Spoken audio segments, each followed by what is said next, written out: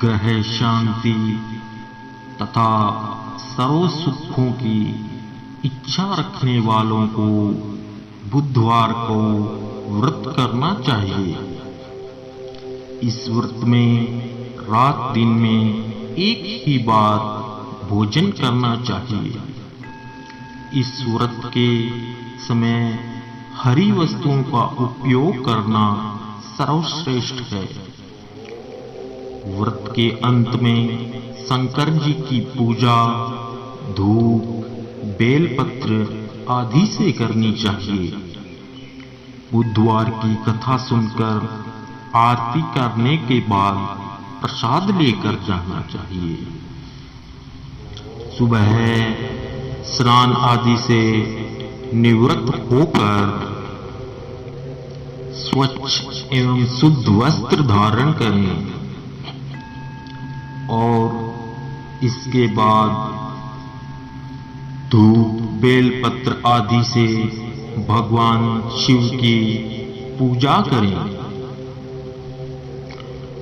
व्रत की कथा सुनने के बाद ही आरती करनी चाहिए। व्रत की कथा पूजा के बाद सुननी चाहिए। पूजा से पहले कभी कथा नहीं सुनना चाहिए। यही बुधवार व्रत की विधि है।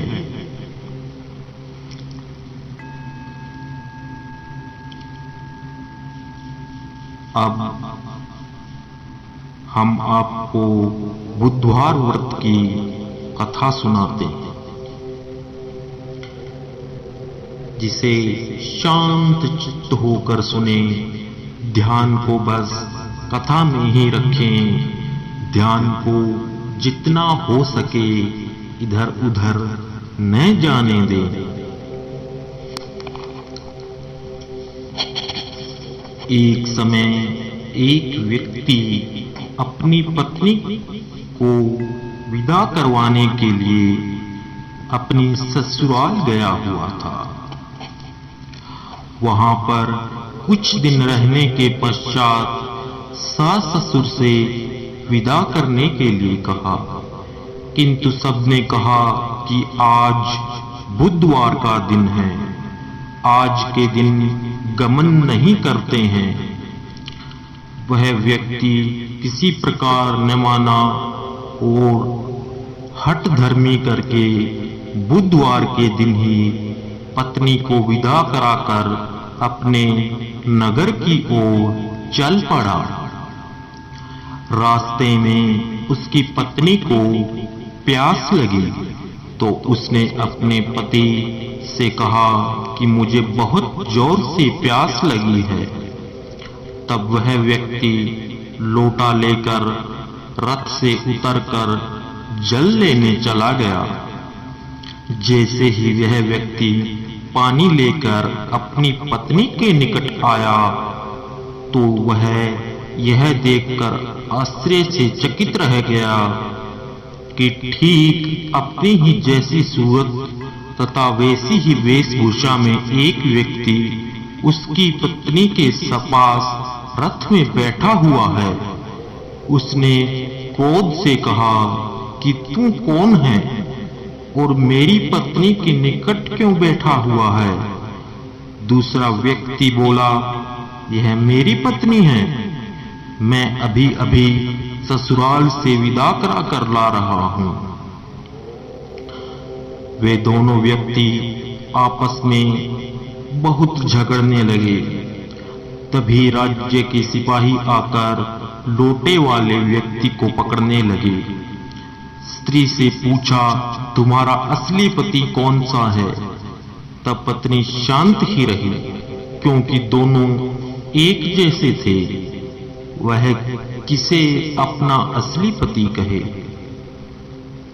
वह व्यक्ति ईश्वर से प्रार्थना करता हुआ बोला, हे परमेश्वर, यह क्या लीला है कि सच्चा झूठा बन रहा है। तभी आकाशवाणी हुई कि मूर्ख, आज बुधवार के दिन तूने गमन नहीं करना था, तूने किसी की बात नहीं मानी। यह सब लीला बुद्ध देव भगवान की है।